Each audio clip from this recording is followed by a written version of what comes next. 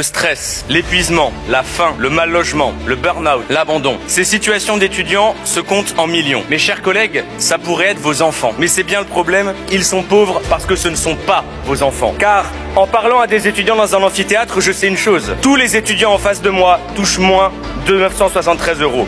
Ils vivent tous sous le seuil de pauvreté. Car, et vous le savez très bien, dans votre système, tous les étudiants sont pauvres. Mais pourquoi? Pourquoi est-ce que tous les étudiants sont pauvres? Eh bien, c'est très simple. Quelle famille est capable, par ses propres ressources, de financer les études de ses enfants? Quelle famille est capable de donner 563 € de loyer à payer en moyenne, 250 € de produits d'hygiène et d'alimentaire, 30 € d'internet et de téléphone, 100 € de gaz et d'électricité, 30 € de transport? Quelle famille est capable de donner 973 € chaque mois à son enfant pour qu'il puisse avoir ne serait-ce que le besoin minimal pour vivre pendant ses études? Quasiment aucune famille ne peut le faire. Et c'est ça que vous hurlent les étudiants. Et vous leur répondez avec votre arrogance bourgeoise, vous n'avez qu'à bosser à côté de vos études. Comme si les étudiants n'avaient pas déjà 20 heures de cours par semaine, des dizaines d'heures de révision à la maison. Comme si les 35 heures n'existaient pas déjà pour eux. Comme si la moitié ne travaillait pas déjà dans des entreprises qui profitent de leur précarité étudiante pour les sous-payer, pour les exploiter. Comme s'il n'existait pas cette injustice, celle de cet étudiant qui a travaillé pendant ses études, qui le jour de l'examen se retrouve assis à côté de cet autre étudiant dont les parents sont riches. Comme s'il n'existait pas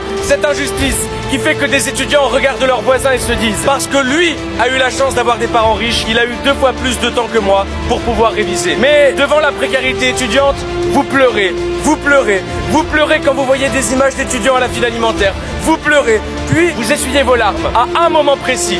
À partir du moment où il faut payer, à partir du moment où il faut sortir le portefeuille de l'État pour abolir la précarité étudiante. Et vous répondez: vous savez, nous aussi on est passé par là, nous aussi on a connu la précarité pendant nos études. Bravo, très bien. Et vous voulez pas abolir ce système qui vous a fait vivre les inégalités, la précarité, l'injustice? Vous vous en êtes sortis et vous ne portez que la voix des étudiants qui ont réussi et jamais celle de ceux qui ont échoué. Parce que c'est bien de tout ça dont on parle. De députés qui appartiennent tous à la petite bourgeoisie et qui viennent expliquer que la précarité des étudiants fait partie de la compétition pour la réussite des études. J'ai déjà essayé de vous convaincre qu'il fallait un revenu étudiant. Vous avez refusé. Ici, ma camarade du Parti Socialiste vous propose de rétablir une mesure que vous avez déjà appliquée auparavant.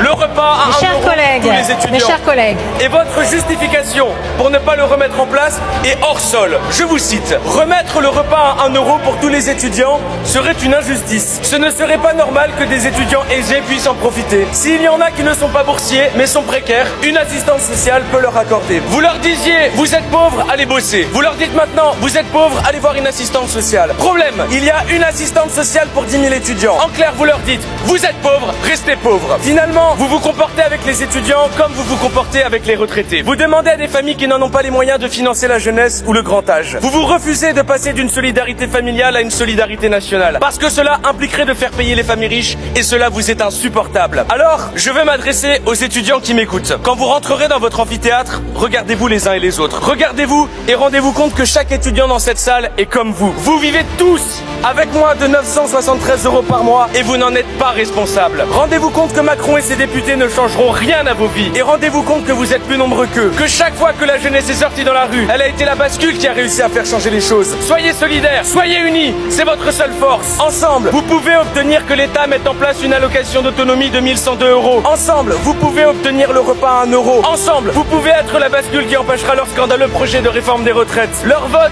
va vous trahir à nouveau. Ne vous laissez pas faire. Ils ne veulent pas vous permettre d'étudier dignement, alors bloquez vos lieux d'études. Le 16 février, les syndicats étudiants vous appellent à bloquer vos universités. Pour votre droit à la dignité, à l'éducation, bloquez vos universités. Pour l'allocation d'autonomie et contre la réforme des retraites, bloquez vos lycées, bloquez vos universités.